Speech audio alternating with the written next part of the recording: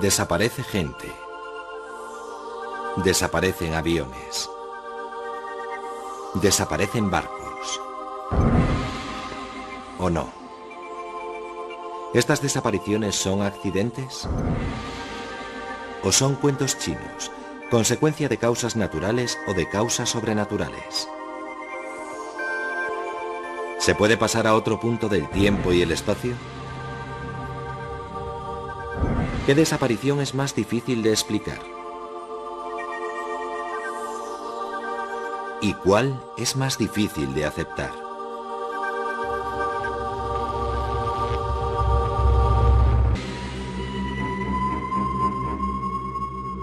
El 23 de septiembre de 1880, David Land salió de casa y se adentró en su finca.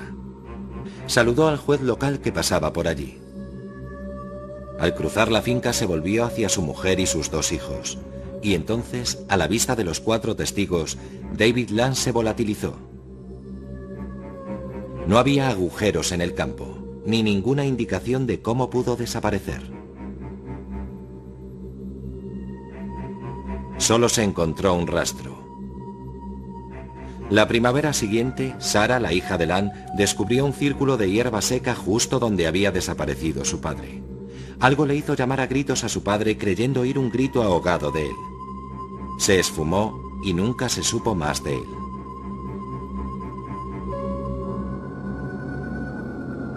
Pero ¿cómo puede alguien desaparecer de repente?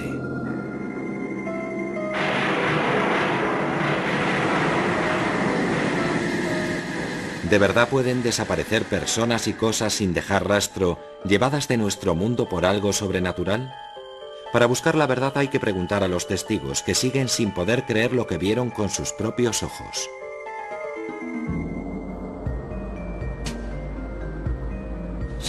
Me ha pasado varias veces. Voy conduciendo por una carretera recta y al mirar por el retrovisor reparo en un coche detrás de mí. Vuelvo a mirar a los pocos segundos y para mi sorpresa no hay nada. El coche se ha evaporado. Me digo que habrá tomado una bifurcación que yo no he visto. Aunque en una carretera sin curvas es inexplicable que alguien estuviera allí y al momento ya no esté. Es un misterio. Otros no se toman esos misterios tan a la ligera. Mi amigo propuso salir al embalse. Se llegaba por un camino vecinal estrecho. Yo iba delante y vi a esa mujer que venía hacia mí por el camino. Llevaba un vestido de lunares y cuando estaba a unos 20 metros de mí, de pronto se dio media vuelta y pasó por lo que yo tomé por una puerta en el seto. Así que seguimos caminando, y al llegar a la altura donde creí verla desaparecer, descubrí que no había puerta en el seto, y que no había explicación a su desaparición. Todo parece indicar que se volatilizó. Una experiencia perturbadora, pero para Davis fue solo el comienzo. Como tantos implicados en desapariciones, su interés empezó a rozar la obsesión, pues se embarcó en una investigación de por vida y encontró historias en una fuente no por conocida menos inesperada. Elías es interesante, porque era uno de esos profetas melenudos que de repente se materializa de la nada, en el primer libro de los Reyes, y luego desaparece.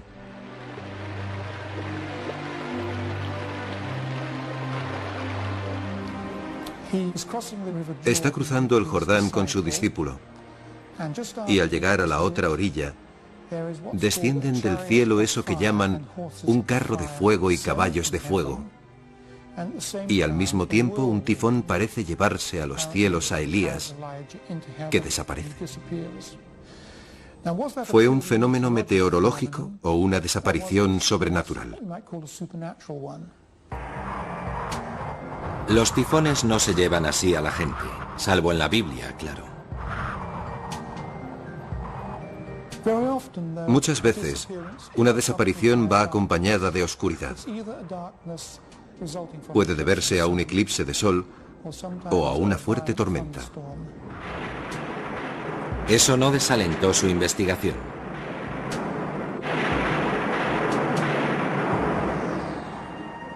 Como tantos obsesionados con las desapariciones, Rodney Davis siguió hasta la antigua Roma y el misterio de Rómulo, fundador de la ciudad. Existen 4, 5 o incluso 6 relatos distintos de su desaparición. Una versión dice que desapareció en el templo de Vulcano. Según otra, fue en un lugar llamado Marisma de la Cabra. En esta ocasión, hay tanto un eclipse de sol como una gran tormenta. En esa oscuridad desaparece y no se le vuelve a ver.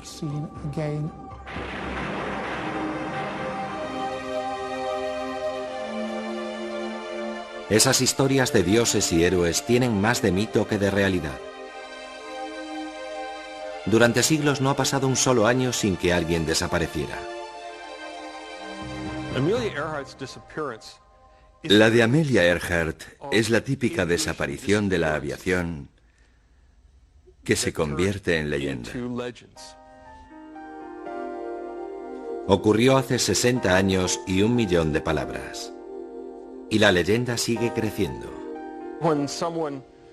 Cuando desaparece alguien tan famoso y de modo tan misterioso, no podemos dejarlo correr. Necesitamos una explicación. El misterio da paso a la obsesión. Fanáticos como Rick Gillespie intentan localizar la tumba de su heroína. La obsesión de la propia Earhart era dar la vuelta al mundo, aunque fuera por la ruta más peligrosa, cerca del Ecuador, sobrevolando océanos. Su avión era un Lockheed Electra especialmente preparado. Su primer intento casi terminó en desastre. Pero Earhart no se amilanaba fácilmente. Aplazó el vuelo y el 20 de mayo de 1937 sobrevoló América hasta su primera escala en Florida. Según las malas lenguas, Fred Noonan, su copiloto, era un gran bebedor, pero Amelia confiaba en él, sobre todo por su conocimiento del Pacífico. En Miami se revisó a fondo el Electra. En la madrugada del 1 de junio reanudó su viaje. El mundo entero contenía el aliento esperando noticias de cada escala. Cruzó el Atlántico, sobrevoló el desierto africano y siguió hasta lugares de nombres evocadores, como Karachi, Calcuta, Rangún, Bangkok. Tras algunos contratiempos menores y una tormenta monzónica, el 1 de julio llegó a Papúa Nueva Guinea. Había logrado recorrer 22.000 millas. La etapa siguiente era la isla Howland, un punto diminuto en el Pacífico Sur de 3 kilómetros de largo y 800 metros de ancho. Era un territorio americano de importancia estratégica. Estados Unidos sospechaba que Japón concentraba fuerzas militares en la región.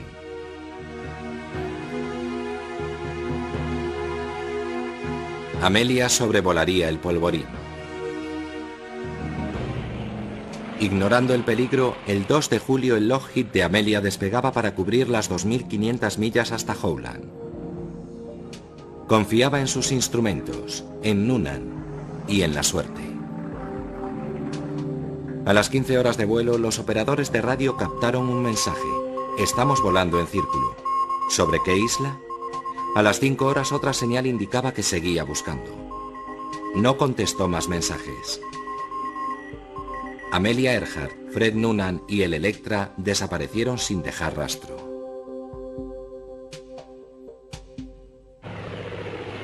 Casi un centenar de aviones peinaron el Pacífico.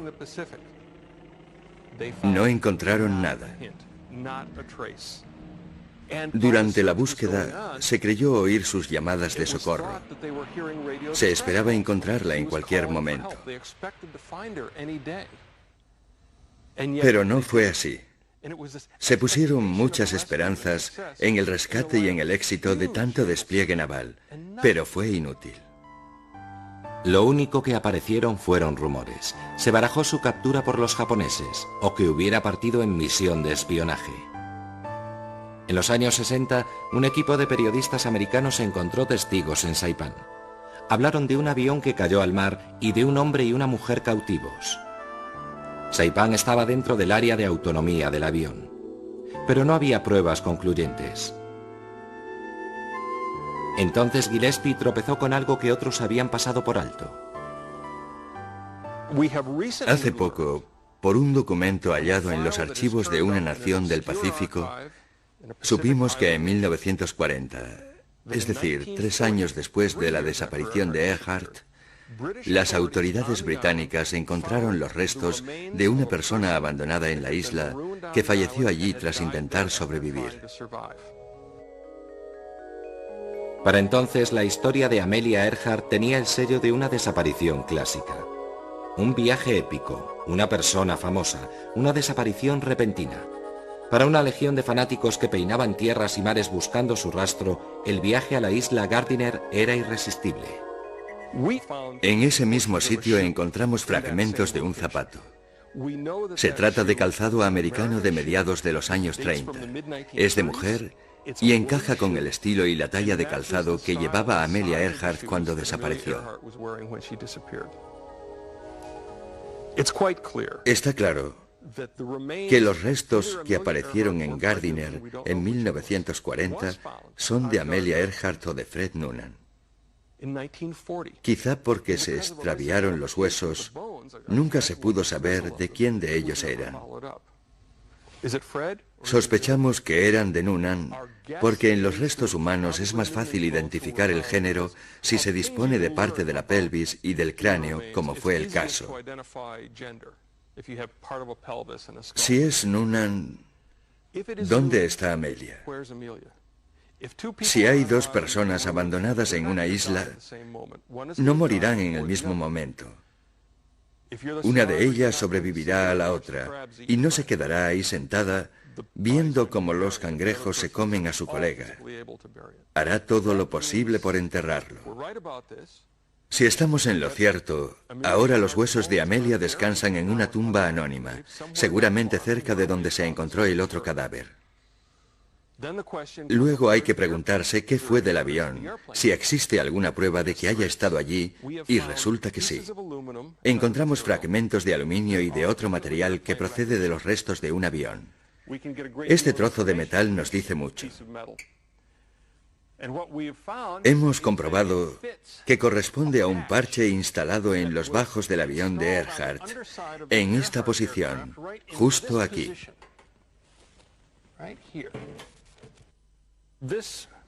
Este fragmento es plexiglas y tiene un grosor determinado y una curvatura precisa que permiten identificarlo como un fragmento de ventanilla lateral del Lockheed Electra de Earhart. Y también es muy importante que no corresponde a uno de los aviones de la Segunda Guerra Mundial que había por la región. El último mensaje de Earhart decía: estamos en la línea de posición. No habían divisado Howland y la buscaban volando a lo largo de esa línea. Si Noonan calculó mal la línea de identificación, esta debió ponerles sobre la pista. Volando en esa línea, debieron sobrevolar la isla Gardiner.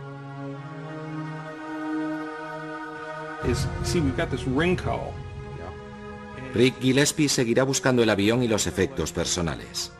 Puede parecer de mal gusto, pero necesita pruebas para resolver el enigma. Aún hoy, 60 años después de su fatídico vuelo, Earhart sigue siendo un ídolo capaz de inspirar a otros. La aviadora americana Linda Finch consiguió su objetivo, dar la vuelta al mundo en 2 meses y medio. Pero Amelia Earhart no es la única americana famosa desaparecida entre una nube de rumores.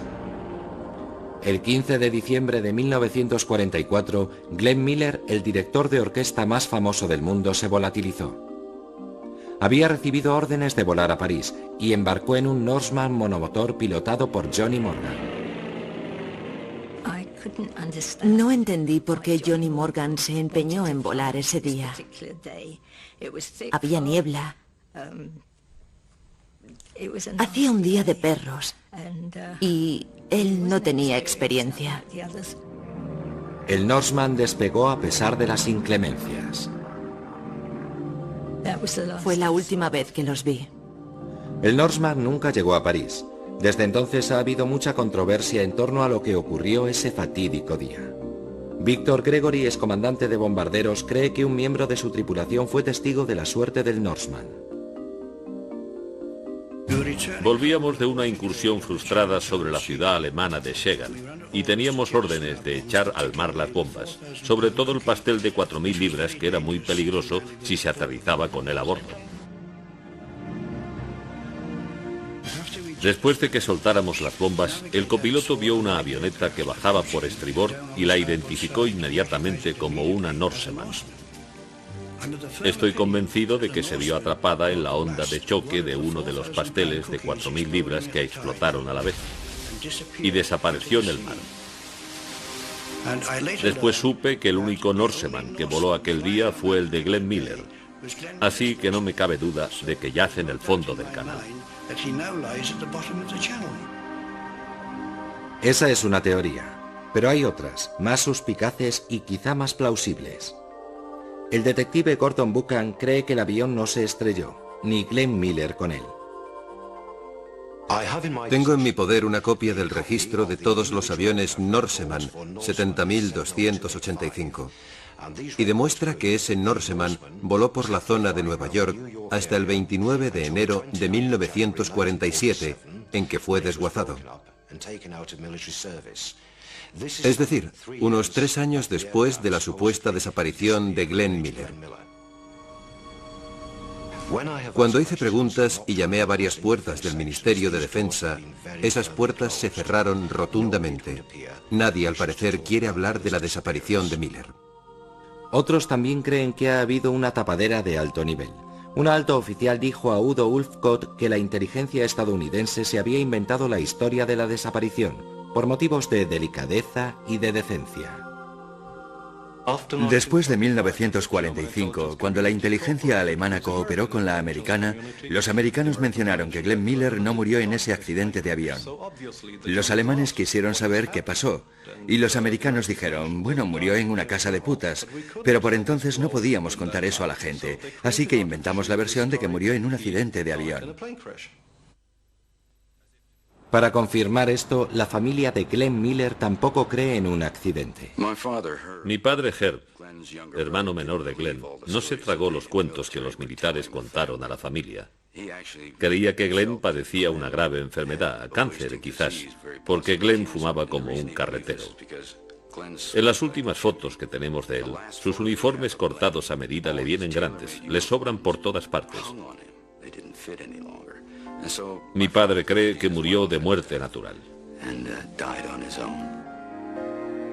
Como en tantas desapariciones, escasean las pistas, aunque puede haber una en la última carta de Miller enviada a su hermano Herb. Cuando recibáis esta carta, ya estaré en París, lanzándome en picado sobre el canal. Lanzándome en picado sobre el canal. Y de repente aparece alguien con su chapa de identificación y seguirá llegando gente con esas ridículas y estúpidas teorías. Y creo saber que nos diría hoy Glenn si pudiera hablar. Diría, no intentéis averiguar qué me pasó. Los misterios son buenos para el negocio.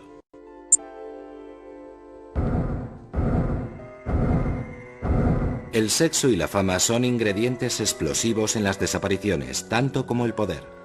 John Stonehouse era un político ambicioso que hubiera podido llegar a primer ministro británico. La alarma sonó cuando, estando de vacaciones en Florida, no se presentó a un mitin que iba a dar. No apareció, ni tampoco a cenar. Así que echaron abajo la puerta de su habitación y encontraron todas sus cosas, su pasaporte y su dinero, que era mucho. La policía peinó la playa cubana, pero ni rastro. Cada vez que aparecía un cadáver a 200 kilómetros a la redonda, todos se preguntaban si sería él. Corrieron rumores de que tenía problemas financieros, lazos con la mafia, o de que era un agente secreto, y él sin aparecer. Debió ahogarse. Le damos por muerto. Aunque entonces no lo supiera, la policía tenía en sus manos una prueba de peso, su pasaporte. John Stonehouse había leído este libro de Frederick Forsyth. El chacal desaparece asumiendo la identidad de un fallecido. John Stonehouse había acudido a esta tienda de su circunscripción para investigar la historia de un votante fallecido llamado Clive Markham. Un año después, la policía australiana irrumpió en una casa de Sydney. La verdad salió a la luz. Agobiado por las deudas, Stonehouse había organizado su propia desaparición. He sufrido traumas porque algunos de los ideales por los que he peleado durante 30 años de intensa vida política se han quedado en nada. Eso me afligió, me afectó mucho. Es uno de los motivos por los que me vine abajo. Stonehouse estaba acabado, acusado de 21 delitos, entre ellos fraude y usurpación de identidad. Pero Stonehouse desapareció ante todo por un lío de faldas, con su bonita secretaria, Sheila Buckley. Fue su afán por verla lo que puso a la policía sobre la pista de su escondite.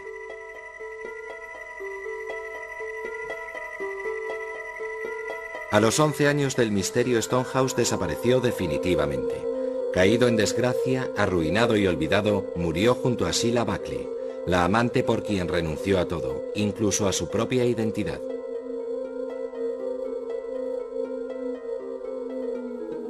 Si la desaparición de aficionado de Stonehouse se debió al más trivial de los motivos, otros son más calculadores y profesionales. La pista la encontramos de nuevo en el título de esa novela de Frederick Forsyth, pero esta vez la desaparición es mucho más siniestra. Durante los años 70 y 80, las ciudades europeas se convirtieron en blanco de las acciones terroristas de varios grupos clandestinos. Era evidente que alguien intentaba poner sobre el tapete mundial la cuestión palestina, pero cuando se disipaba el polvo de las explosiones ya no estaba. Ocurrió de repente. En Londres atacaron a Lord Schiff, destacado sionista y presidente de Marks & Spencer. Se abrió la puerta del baño y entonces vi una pistola. Eso fue todo. Entonces, en 1975, se produjo el ataque más audaz en la sede de la OPEP, en Viena. Hubo 3 muertos y se tomaron 11 rehenes, entre ellos algunos ministros. Los liberaron tras un vuelo al norte de África. ¿Quién era el cerebro? ¿Esta oscura figura que estrecha la mano de un prisionero y abraza al ministro venezolano del petróleo? Se le puso un apodo, Carlos el Chacal, porque desaparecía utilizando disfraces y nombres prestados. Una redada en un piso franco de Londres permitió dar con una pista. Una anotación en un libro que apareció en un arsenal dio a la prensa el verdadero nombre. Por fin el Chacal tenía una identidad. Ilitch Ramírez Sánchez. Quería ser una estrella y tomó la vía del terrorismo para lograrlo.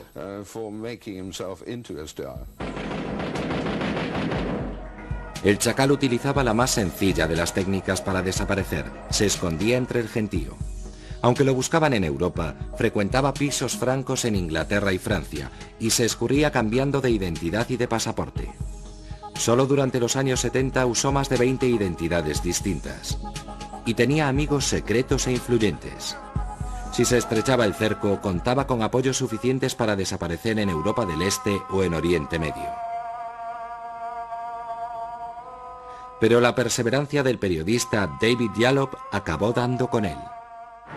Es el hombre más buscado del mundo, número 1 en la lista de Interpol desde 1975.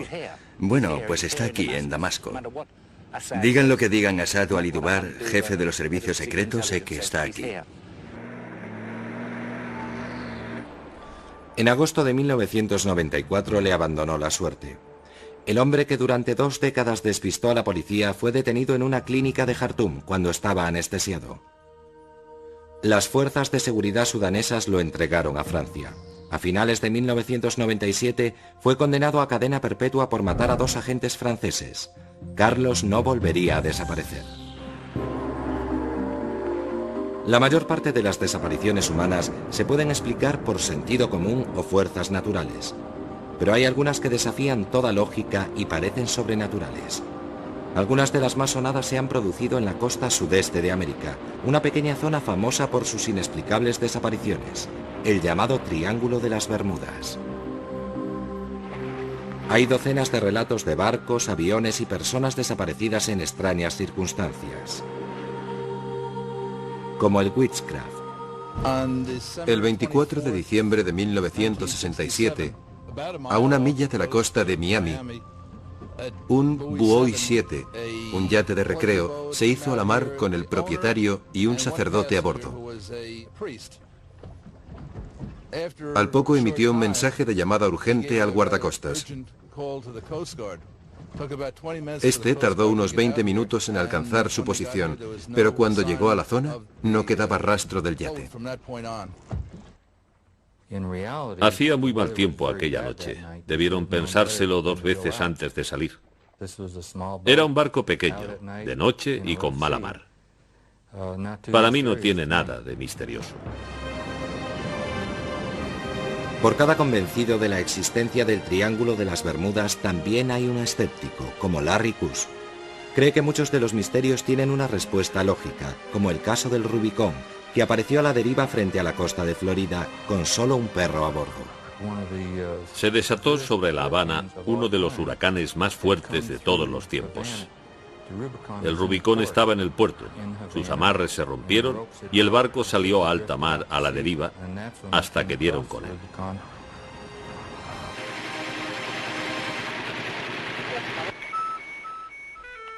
Los guardacostas creen que hay razones muy sencillas que explican la desaparición de tantos barcos en el Triángulo de las Bermudas. En su opinión, las circunstancias son triviales, la gente está poco preparada y se pierde. Cada poco nos llaman motoras diciendo que están en apuros. Nos dicen dónde creen estar y muchas veces los encontramos a 40 o 50 millas de la posición que creían tener. En una ocasión me llamó una mujer preguntando dónde estaba Bimini, pues no salía en su mapa. Le pregunté, ¿qué tipo de carta tiene? Y me contestó, tengo el diccionario abierto por el Atlas Mundial. Sale a navegar por la corriente del Golfo con un Atlas Mundial. Este es un caso típico de llamada. Entonces, ¿qué es el Triángulo de las Bermudas y dónde está exactamente? No es triangular, sino más bien romboide. El triángulo se define como la línea que va de Florida a Puerto Rico, de ahí a Bermudas y de vuelta a Florida. Aunque realmente este solo es el centro de una zona más amorfa y mucho más grande, donde se supone que se han producido los casos. Pero no ocurren todos en el triángulo central, como dice la gente. Resulta difícil explicar el número de desapariciones en este cementerio de la navegación. Aquí se encontró abandonado el Marie Celeste y también aquí han desaparecido cargueros enormes. Goletas y grandes buques cisterna desaparecieron sin dejar rastro.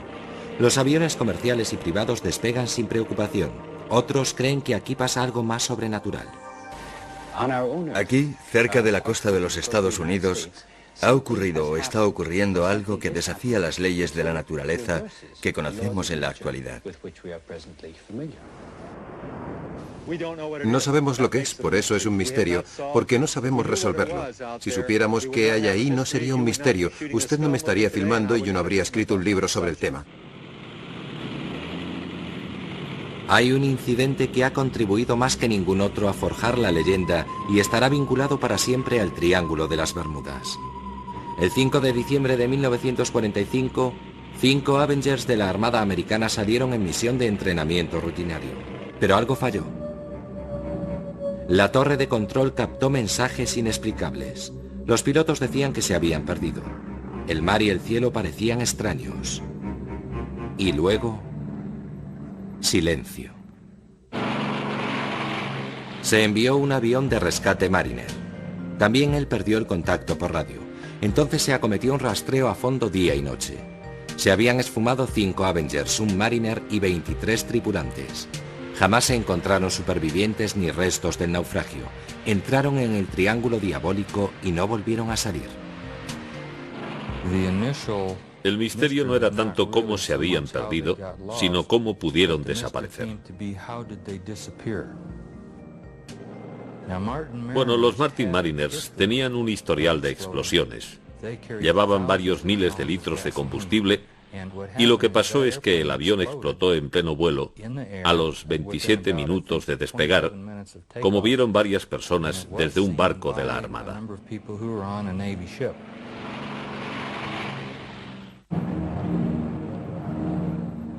¿Y qué pasó con los 5 Avengers? Se perdieron, se quedaron sin combustible y cayeron al mar antes de que llegara el socorro.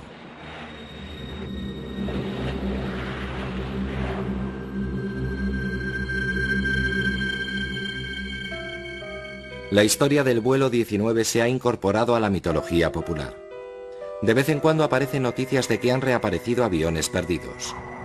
Una versión afirma que estuvo dando vueltas sobre el desierto cuando lo devolvieron los extraterrestres que lo secuestraron en 1945.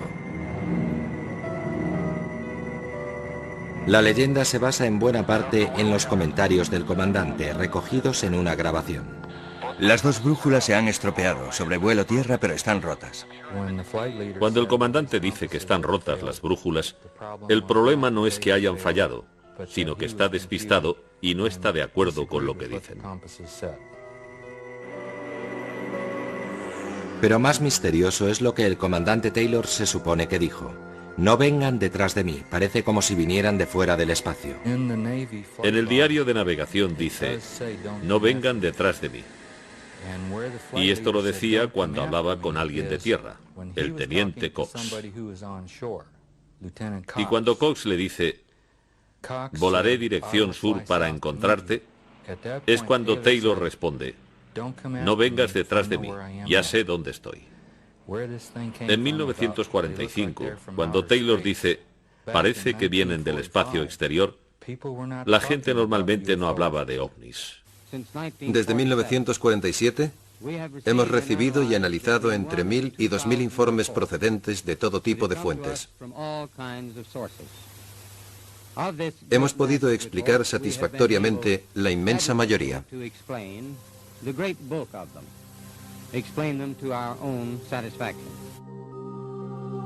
El único problema de los desmentidos oficiales es que la gente los toma por una prueba más de que se están ocultando los hechos.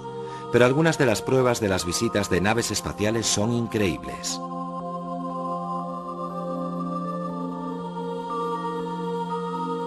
Aunque en la mayor parte de los casos existe una respuesta natural o racional, cada vez hay más casos inexplicables por la implicación de ovnis en la desaparición.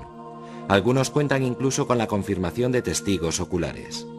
Como casi todo el mundo, al principio Bud Hopkins no creía en el tema. En 1964, mi esposa y un amigo inglés vimos un pequeño objeto metálico, ovalado, como de aluminio blando. No era reflectante, ni tenía luces, ni nada parecido. Eran las 5 de la tarde y buscamos alguna explicación, pensando que sería una especie de globo. No se movía, las nubes avanzaban muy deprisa, y de repente, cuando lo adelantamos y volvimos la vista, ¡zas!, salió disparado desde el mar hacia las nubes. Bajamos corriendo del coche y nos quedamos mirando. Uno de nosotros dijo, será uno de esos ovnis. De golpe me di cuenta de que si era lo que parecía ser, teníamos visita, y el episodio se convertía en el hecho más importante de la historia. Era un objeto sólido, y creo que venía del espacio. ¿Qué estaba pasando? ¿Por qué desaparecía la gente y volvía a aparecer a los pocos minutos? ¿Y qué ocurría entre tanto? Bud Hopkins empezó a investigar y constató que muchas de las víctimas recordaban imágenes recurrentes. Mucha gente menciona un pequeño objeto en una cánula que les insertan en la cavidad nasal con la persona tumbada en la mesa. Por los procedimientos utilizados, parecen tener interés por el sistema nervioso del hombre y por sus órganos reproductivos. Dedican mucha atención a la cabeza. Esta explicación de que la gente desaparece un rato para que los extraterrestres puedan examinar la humanidad puede parecer increíble, pero Hopkins cree que hay casos fuera de duda. El caso de abducción más importante que conozco es el de Linda Cortilla. Ocurrió en Nueva York en noviembre de 1989. Linda recuerda haber percibido una presencia en la habitación justo antes de dormirse y sintió que sus piernas y luego su cuerpo se iban paralizando. Reconoció lo que era por experiencias anteriores, así que abrió los ojos y vio una pequeña figura gris con una cabeza grande de pie junto a la cama. Entonces perdió el conocimiento. Después recuerda haber salido flotando por su ventana del 12º piso en un rayo de luz azulado y subir por un ascensor invisible hasta la nave que aguardaba arriba. Recuerda estar tumbada en una mesa, lo que pasó dentro de la nave, etc., y cómo la devolvieron a su piso. 15 meses después, recibí una carta de 2 hombres que decían ser policías y después reconocieron que eran agentes de seguridad del gobierno, diciendo que estaban en un coche aparcado debajo de la autopista federal, muy cerca del apartamento. A las 3:15 de la madrugada avistaron un ovni sobre el edificio que de pronto encendió las luces y emitió un rayo azul descendente. Vieron 4 figuras en posición fetal salir flotando de la ventana del piso 12. Luego se desplegaron. Una era una mujer en camisón blanco y las otras 3 figuras no eran humanas. Se desplegaron y ascendieron hasta la nave y ésta se elevó sobre la autopista y fue vista hundiéndose en el East River. Es increíble porque se trata de una abducción con testigos, pues he entrevistado a gente de 5 sitios distintos y todos ellos vieron cómo ocurría la totalidad o parte de esa abducción aquella noche. Por ejemplo, una mujer contaba que su coche se detuvo en el puente de Brooklyn, se apagaron los faros y de golpe vio esa luz brillante sobre el edificio de apartamentos y se dio cuenta de que era una nave y vio las figuritas desplegándose por la ventana. Me dijo, era tan real que parecía un truco. Creí que estaban rodando una película con efectos especiales. En este caso hay testimonios de 20 personas. Así que hay que descartar una explicación psicológica, pues como dijo Linda, si estaba alucinando, ¿cómo vio tanta gente mi alucinación? Los ovnis no son la única fuente de relatos que parecen más extraños que la ficción. ¿Qué hay de la capacidad de desaparecer volviéndose invisible? ¿Puede ocurrir? La psicoterapeuta Donna Hybe cree que es posible y tiene varios ejemplos. Han salido a la luz muchos casos de invisibilidad espontánea.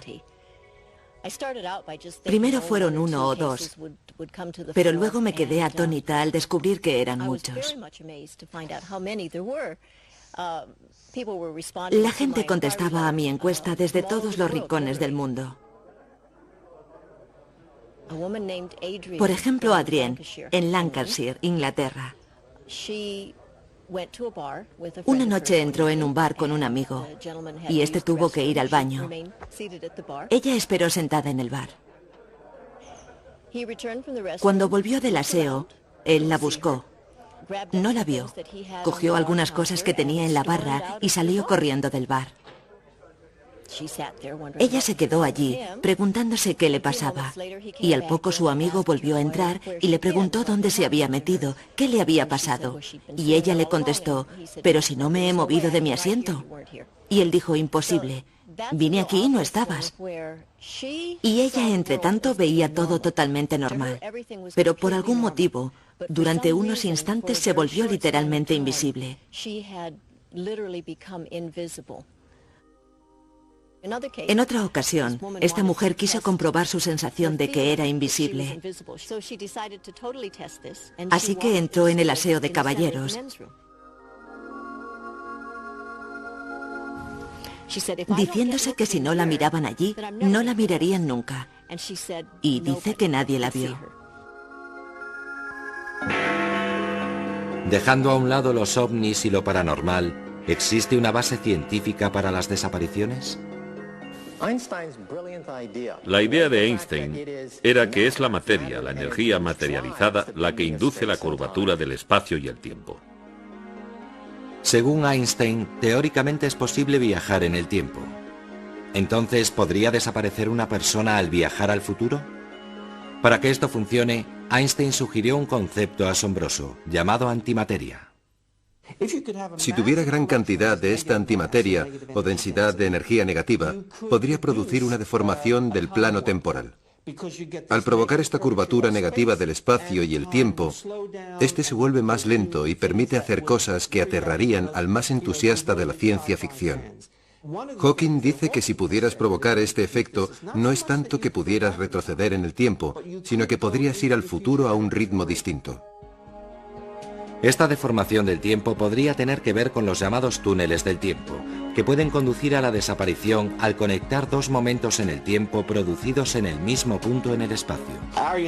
Nuestro universo es tridimensional, pero podemos imaginar que es bidimensional como esta hoja de papel. Y si vivimos en Pasadena, aquí, y aquí está Londres, hay miles de kilómetros entre las dos. El universo es curvo, así que a través del hiperespacio, la distancia de Pasadena a Londres es solo de unos metros. Y aquí está este pequeño conducto, este túnel que nos llevará de Pasadena a Londres por esta distancia tan corta. Imaginemos un túnel con una boca aquí y otra allí. Hay tres posibilidades de distorsión del tiempo. La primera sería que si meto el brazo por esta boca, aparece por allí al mismo tiempo. La segunda posibilidad es que cuando meto el brazo por este agujero, sale por allí al cabo de algún tiempo. Y la tercera es que si entro por este agujero, salgo por allí antes de haber entrado.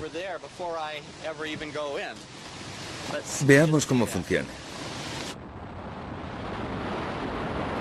Sea cual sea el camino, esta deformación del plano temporal provoca una desaparición. Viajar por el tiempo entra dentro de lo posible, pero en ese caso estaríamos invadidos por turistas del futuro.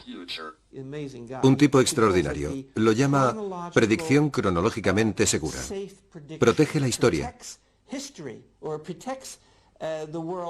Vamos, que no puedes volver al pasado y matar a tu padre y a tu madre, porque entonces no existirías. Sería una contradicción. Quizás se pueda retroceder en el tiempo, pero aún no ha llegado nadie desde el futuro a nuestra era, porque el futuro está muy lejos, y cuanto más retrocedes, más caro te sale. También puede que ya estén aquí y no los veamos, que lleven capas invisibles o algo así. Si son tan listos y con una tecnología tan desarrollada, ¿por qué no puede ser? También puede que estén aquí y los veamos, pero les demos otro nombre, como ovnis o fantasmas o... Para que se pueda viajar en el tiempo, se necesita tanto la relatividad general, que describe una estructura del universo a gran escala, como la mecánica cuántica, que rige varias pequeñas escalas. En su formulación actual, estas dos teorías son incompatibles, así que debemos encontrar otra que las concilie. Quizá la respuesta esté entre la física de los cuerpos grandes, como los planetas, y las fuerzas diminutas que afectan a los átomos. Si existen los viajes en el tiempo, causarán desapariciones en los túneles del tiempo. Una deformación del tiempo. La teoría de que entras en un túnel del tiempo, desapareces y sales en un punto distinto del tiempo y del espacio. Es inverosímil, pero en principio esas cosas están ahí, en la teoría. Creo que dentro de 10 o 15 años conoceremos todas las leyes del punto de gravedad. Mi pronóstico, y estoy dispuesto a apostar fuerte contra Hawking, aunque él no querrá, es que cuando tengamos esas leyes dirán que no se puede hacer una máquina del tiempo y retroceder en el tiempo nunca. No apostaría contra la existencia de máquinas del tiempo. Puede que mi oponente haya visto el futuro y conozca la respuesta. Hasta los matemáticos aceptan que el concepto de viajar en el tiempo es inverosímil, pero teóricamente posible, sobre todo si va asociado a la parte más normal y potente de la vida cotidiana, las emociones. Es posible que bajo su aspecto sobrenatural sean las emociones intensas, la tensión, la ira, el miedo, las que anulan de algún modo las fuerzas de cohesión de los átomos y del cuerpo de la persona. Si las interfieres, dejas como una desilusión que puede estar asociada a la teleportación.